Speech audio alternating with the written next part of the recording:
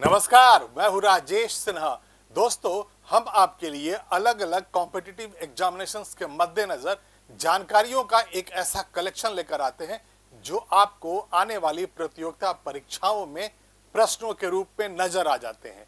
हमारी हर बार यही कोशिश होती है कि हम उन्हीं जानकारियों को इकट्ठा करके आप तक लेके आए जो आपको इन परीक्षाओं में प्रश्न पत्रों के रूप में जरूर नजर आ जाए।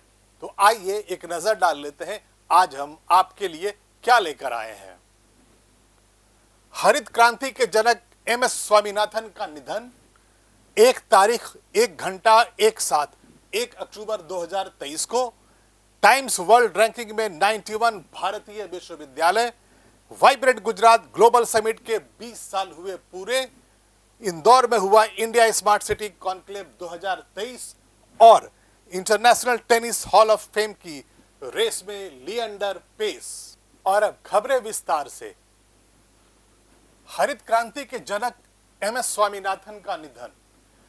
भारत के प्रख्यात कृषि वैज्ञानिक डॉक्टर एम एस स्वामीनाथन का निधन हो गया। डॉक्टर स्वामीनाथन का निधन 28 सितंबर 2023 को तमिलनाडु के चेन्नई में सुबह 11:20 पर हुआ। स्वामीनाथन को भारत में हरित क्रांति का जनक माना जाता है और कृषि के क्षेत्र में विशेष योगदान के लिए उन्हें 1967 में पद्मश्री, 1972 में पद्म भूषण और 1989 में पद्म विभूषण पुरस्कार से सम्मानित किया गया था।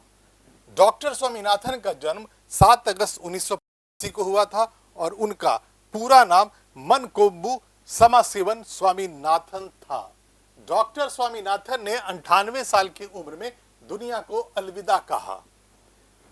एम एस स्वामीनाथन की पहल के बाद हरित क्रांति के तहत देश भर के किसानों ने गेहूं, मैक्सिकन गेहूं और चावल के उन्नत बीजों के साथ उत्पादन करना शुरू किया। यानी कि इनकी पहल के बाद गेहूं और चावल के उन्नत बीजों का उपयोग भारत के किसानों ने शुरू किया था। खेती में आधुनिक उपकरणों का इस्तेमाल शुरू हुआ और वैज्ञानिक विधियों से खेती किसानी का काम शुरू हुआ। इसी का नतीजा था कि दुनिया का सबसे ज्यादा खाद्यान्न की कमी वाला देश, जहां पर फूड का जो प्रोडक्शन था वो बहुत कम था, महज 25 सालों में इस कलंक से उबरकर आत्मनिर्भर बन गया और आज दूसरे देशों को हम गेहूं और चावल जैसे अनाज एक्सपोर्ट करने लगे हैं। हरित क्रांति क्या है? भारत में 1960 के दशक में आखिरी दौर में पंजाब से हरित क्रांति की शुरुआत हुई। इस दौरान खेती के तरीकों में बड़ा बदलाव हुआ और पारंपरिक तरीकों से अलग औद्योगिक व्यवस्था की ओर ध्यान दिया गया। इसमें ज्यादा उपज वाली किस्म यानी कि HYV के बीज, खेती के मशीनी उपकरण, सिंचाई तंत्र, खाद और कीटनाशक के इस्तेमाल पर जोर दिया गया था। वर्ष 1967-68 और वर्ष 1977-78 की अवधि में हरित क्रांति ने भारत को खाद्यान्न की कमी वाले देश की श्रेणी से निकालकर विश्व के अग्रणी कृषि प्रधान देशों की श्रेणी में ला खड़ा कर दिया था। जीवन परिचय। डॉक्टर स्वामीनाथन ने तिरुवनंतपुरम के महाराजा कॉलेज से जूलॉजी और कोयंबटूर के कृषि महाविद्यालय से कृषि विज्ञान में BSc की डिग्री हासिल की। उन्होंने चेन्नई में M S Swaminathan research foundation की स्थापना 1988 में की और वो उसके संस्थापक अध्यक्ष और मुख्य संरक्षक थे। उन्होंने वर्ष 1949 में भारतीय कृषि अनुसंधान संस्थान से कृषि विज्ञान और पादप प्रजनन में विशेषज्ञता से MSc और 1952 में कैम्ब्रिज यूनिवर्सिटी UK से PhD हासिल की। साल 1954 में वो भारतीय कृषि अनुसंधान संस्थान नई दिल्ली की फैकल्टी में शामिल हो गए। इसके बाद वो साल 1961 से 72 तक IAII के निदेशक और भारतीय कृषि अनुसंधान परिषद यानी ICAR के महानिदेशक के पद पर रहे। साल 72 से लेकर 89 तक वो कृषि अनुसंधान और शिक्षा विभाग भारत सरकार के सचिव भी रहे। साल 1979 से 1980 तक उन्होंने कृषि मंत्रालय में प्रिंसिपल सेक्रेटरी के रूप में सेवाएं दी और साल 1980 से 82 तक वो योजना आयोग में विज्ञान एवं कृषि के कार्यवाहक उपाध्यक्ष और सदस्य के रूप में कार्यरत रहे। इसके बाद वो साल 1982 से लेकर 1988 तक फिलीपींस में अंतर्राष्ट्रीय चावल अनुसंधान संस्थान में महानिदेशक के पद पर रहे। आगे बढ़ते हैं और बात करेंगे 1 तारीख 1 घंटा 1 साथ 1 अक्टूबर 2023 को। इस वर्ष महात्मा गांधी की 154वीं जयंती 1 तारीख 1 घंटा 1 साथ अभियान के साथ मनाई जा रही है। भारत सरकार का आयुष मंत्रालय 1 अक्टूबर 2023 को 15 सितंबर से 2 अक्टूबर तक चलने वाले स्वच्छता ही सेवा अभियान के हिस्से के रूप में 1 तारीख 1 घंटा 1 साथ का आयोजन करेगा। मंत्रालय ने विभिन्न राज्यों केंद्र शासित प्रदेशों से राष्ट्रीय आयुष मिशन के माध्यम से संचालित सभी आयुष स्वास्थ्य और कल्याण केंद्रों पर श्रमदान गतिविधि मनाने का भी अनुरोध किया है। दूसरी ओर भारत भर में आयुष मंत्रालय के तहत 100 से अधिक संस्थान संगठन भी इस पहल में भाग लेंगे। प्रधानमंत्री नरेंद्र मोदी ने भी सभी नागरिकों को 1 अक्टूबर को सुबह 10 बजे स्वच्छता के लिए 1 घंटे के श्रमदान की अपील की थी। उन्होंने अपने 105वें मन की बात संबोधन के दौरान सभी नागरिकों से राष्ट्रपिता को स्वच्छांजलि के साथ श्रद्धांजलि देने की अपील की थी। उन्होंने कहा था कि 1 अक्टूबर यानी रविवार को सुबह 10 बजे स्वच्छता पर एक बड़ा कार्यक्रम आयोजित होने जा रहा है और इस राष्ट्रव्यापी अभियान में सभी क्षेत्रों के नागरिकों से बाजार स्थानों, रेलवे ट्रैक, जल निकायों, पर्यटन स्थलों व धार्मिक स्थानों आदि जैसे सार्वजनिक स्थानों की वास्तविक सफाई गतिविधियों में शामिल होने का आह्वान किया था। प्रत्येक शहर, गांव, ग्राम पंचायत, सरकार के सभी क्षेत्रों जैसे नागरिक उड्डयन, रेलवे, सूचना प्रौद्योगिकी आदि और सार्वजनिक संस्थान नागरिकों के नेतृत्व में स्वच्छता कार्यक्रम करेंगे। यह मेगा स्वच्छता अभियान प्रमुख रूप से सार्वजनिक स्थानों को कवर करेगा और इस कड़ी में एनजीओ, आरडब्ल्यूए, प्राइवेट पार्टियों की मदद के लिए एक विशेष और समर्पित ऑनलाइन पोर्टल भी तैयार किया गया है। इस आयोजन के लिए यह स्वच्छता ही सेवा पोर्टल प्रभावशाली व्यक्तियों और नागरिकों को स्वच्छता राजदूत के रूप में इस जन आंदोलन में शामिल होने के लिए आमंत्रित करेगा। लोग अपनी उपस्थिति दर्ज कराने के लिए तस्वीरें क्लिक कर सकते हैं और इस पोर्टल पर अपलोड भी कर सकते हैं। और अब बात करेंगे वर्ल्ड रैंकिंग में आए भारतीय विश्वविद्यालयों के नामों के बारे में। टाइम्स वर्ल्ड रैंकिंग में 91 भारतीय विश्वविद्यालय। उच्च शिक्षा के क्षेत्र में देश के लिए वास्तव में यह गौरव का पल है कि भारत के रिकॉर्ड 91 यूनिवर्सिटीज को इस बार टाइम्स वर्ल्ड रैंकिंग में जगह मिल गई है। इस सूची में जगह बनाने वाले विश्वविद्यालयों की संख्या के मामले में भारत चौथे स्थान पर रहा, जबकि पिछले वर्ष वह 6ठे पायदान पर था।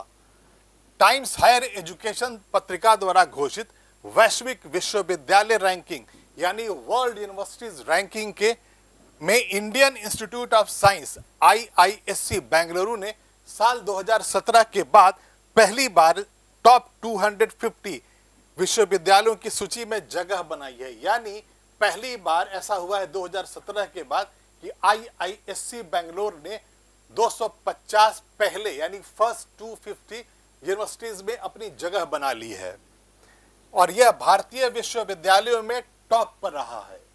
27 सितंबर 2023 को लंदन स्थित इस पत्रिका द्वारा घोषित रैंकिंग के अनुसार भारत में सर्वश्रेष्ठ प्रदर्शन करने वाले विश्वविद्यालयों में अन्ना विश्वविद्यालय, जामिया मिलिया इस्लामिया, महात्मा गांधी विश्वविद्यालय, शुलिनी जैव प्रौद्योगिकी और प्रबंध विज्ञान विश्वविद्यालय शामिल है। यह सभी 501 से 600 के बैंड में है, जबकि 2 IIT गुवाहाटी और ISM माइंस धनबाद दुनिया के शीर्ष 800 विश्वविद्यालयों में शामिल हो गए हैं, जबकि यह पहले 1001 से 1200 के बैंड में थे। यानी इनकी रैंकिंग सुधर गई है। पहले ये 1000 से नीचे थे, अब ये 800 के पहले आ गए हैं। अन्ना विश्वविद्यालय चेन्नई पिछली बार 801 से 1000 के बैंड में था, मगर इस वर्ष यह बढ़कर 501 से 600 बैंड पर आ गया, यानी कि इसकी रैंकिंग अब 600 से ऊपर आ गई है। इसी तरह अलीगढ़ मुस्लिम यूनिवर्सिटी पिछले साल के 801 से 1000 बैंड से बढ़कर 601 से 800 के बैंड में आ गया। रैंकिंग के 20वें वर्ष में 108 देशों और क्षेत्रों के 1904 यूनिवर्सिटीज को रैंकिंग प्रदान की गई है। द वर्ल्ड यूनिवर्सिटी रैंकिंग 2024 ने शिक्षण, अनुसंधान, ज्ञान हस्तांतरण और अंतर्राष्ट्रीयकरण के उनके मुख्य मिशनों को कवर करने वाले 18 संकेतकों यानी 18 सूचकांक के आधार पर विश्वविद्यालयों का मूल्यांकन किया। हम इन्हें 5 श्रेणियों शिक्षण, अनुसंधान गुणवत्ता, अनुसंधान वातावरण, अंतर्राष्ट्रीय दृष्टिकोण और उद्योग में बांटा गया था। पहली बार इस सूची में 165 यूनिवर्सिटीज को रैंक दिया गया है और इनमें से 89 एशिया से हैं। बता दें कि शीर्ष आईआईटी लगातार चौथे वर्ष इस रैंकिंग का बहिष्कार किया है। ऑक्सफोर्ड यूनिवर्सिटी दुनिया में नंबर 1 है। सूची में ब्रिटेन की ऑक्सफोर्ड दुनिया में सबसे ऊंची रैंकिंग वाली यूनिवर्सिटी है और अमेरिका की स्टैनफोर्ड यूनिवर्सिटी दूसरे स्थान पर रही। तीसरे स्थान पर मैसाचुसेट्स इंस्टीट्यूट ऑफ टेक्नोलॉजी और चीन के विश्वविद्यालय समग्र रूप से एशिया में सर्वश्रेष्ठ रैंक वाले विश्वविद्यालय हैं। इस वर्ष चीन के 33 यूनिवर्सिटी शीर्ष 200 में हैं, जबकि पिछली बार यह संख्या सिर्फ 28 थी। इसका मतलब यह हुआ कि चाइना के इस बार 33 यूनिवर्सिटीज टॉप 200 में है, जबकि पिछले वर्ष सिर्फ 28 यूनिवर्सिटीज ही टॉप 200 में जगह पाई थी। और अब बात करेंगे वाइब्रेंट ग्लोबल गुजरात समिट की। वाइब्रेंट गुजरात ग्लोबल समिट के 20 साल हुए पूरे। प्रधानमंत्री नरेंद्र मोदी ने 27 सितंबर 2023 को अहमदाबाद साइंस सिटी में आयोजित वाइब्रेंट गुजरात ग्लोबल समिट के 20वें एनिवर्सरी प्रोग्राम में शिरकत की। इस अवसर पर मोदी ने अपने संबोधन में गुजरात का मुख्यमंत्री रहते आई चुनौतियों पर भी बात की। उन्होंने कहा, वाइब्रेंट गुजरात की सफलता इसकी विकास यात्रा से समझी जा सकती है।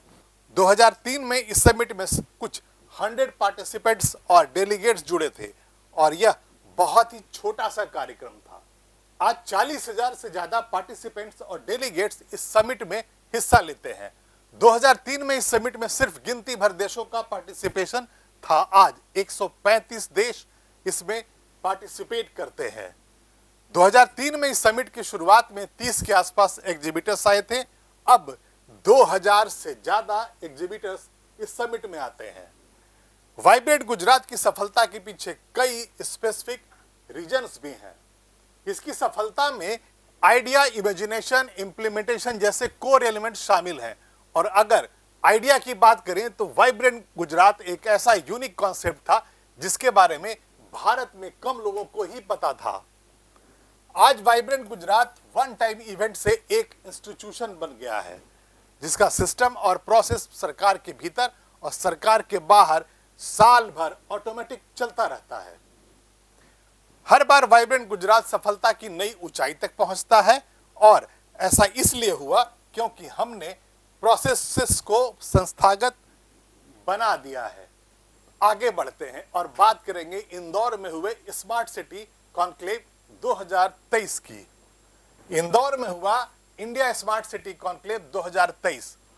इंडिया स्मार्ट सिटी कॉन्क्लेव 2023 का इंदौर में 27 सितंबर 2023 का आयोजन किया गया और इस अवसर पर राष्ट्रपति द्रौपदी मुर्मू ने संबोधित करते हुए कहा कि एक आकलन के अनुसार वर्ष 2047 तक हमारी 50% से अधिक आबादी शहरी क्षेत्रों में रहने लगेगी और उस समय सकल घरेलू उत्पाद में शहरों का जो कुल योगदान होगा वो 80% हो जाएगा।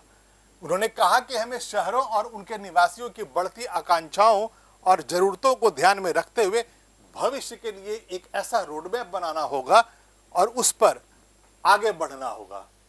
राष्ट्रपति ने यह भी कहा कि जलवायु परिवर्तन एक महत्वपूर्ण मुद्दा है जो हर स्तर पर सतत विकास पर चर्चा का हिस्सा रही है। इस संदर्भ में भारत के 100 स्मार्ट शहरों के लिए जलवायु स्मार्ट शहर मूल्यांकन रूपरेखा लॉन्च की गई, जो इस बात का उदाहरण देता है कि शहर राष्ट्रीय स्तर पर जलवायु परिवर्तन का कैसे समाधान निकालते हैं। उन्होंने कहा कि शहरों में ऊर्जा दक्षता के लिए हरित इमारतों और नवीकरणीय ऊर्जा पर जोर दिया जा रहा है, लेकिन इन क्षेत्रों में और व्यापक स्तर पर काम करने की जरूरत है। राष्ट्रपति ने कहा कि हमें सतत विकास लक्ष्यों की ओर बढ़ते हुए अपने उद्देश्यों को हासिल करना होगा। राष्ट्रपति ने कहा कि सतत विकास की प्राथमिकता को आगे बढ़ाने में शहरों के प्रबंधन की महत्वपूर्ण भूमिका है और इसलिए हमें दुनिया के सर्वोत्तम प्रबंधित शहरों के सर्वोत्तम तौर तरीकों और व्यवसाय प्रारूपों से सीखना चाहिए और अपने सफल प्रयासों को अन्य देशों के साथ साझा भी करना चाहिए। राष्ट्रपति ने कहा, हमें पूरे देश में सुरक्षित, स्वच्छ, स्वस्थ पड़ोस विकसित करना है और साथ ही इस बात पर जोर दिया कि लोगों को जिम्मेदार बनना चाहिए और अपने शहर और उसके निवासियों के प्रति अपने कर्तव्य को समझना भी चाहिए। उन्होंने इस बात पर प्रकाश डाला कि शहरों में डेंगू और मलेरिया जैसी बीमारियों को रोकने के लिए लोगों की सक्रिय भागीदारी और संबंधित विभागों का सहयोग आवश्यक है। राष्ट्रपति ने ग्रामीण क्षेत्रों में भी स्वास्थ्य सेवाओं, शैक्षणिक संस्थानों और शहरों जैसी प्राथमिक सुविधाओं की आवश्यकता पर जोर दिया और ये कहा कि इससे शहरों की इंफ्रास्ट्रक्चर पर दबाव कम होगा और ग्रामीण लोगों की जीवन स्तर में काफी सुधार हो जाएगा।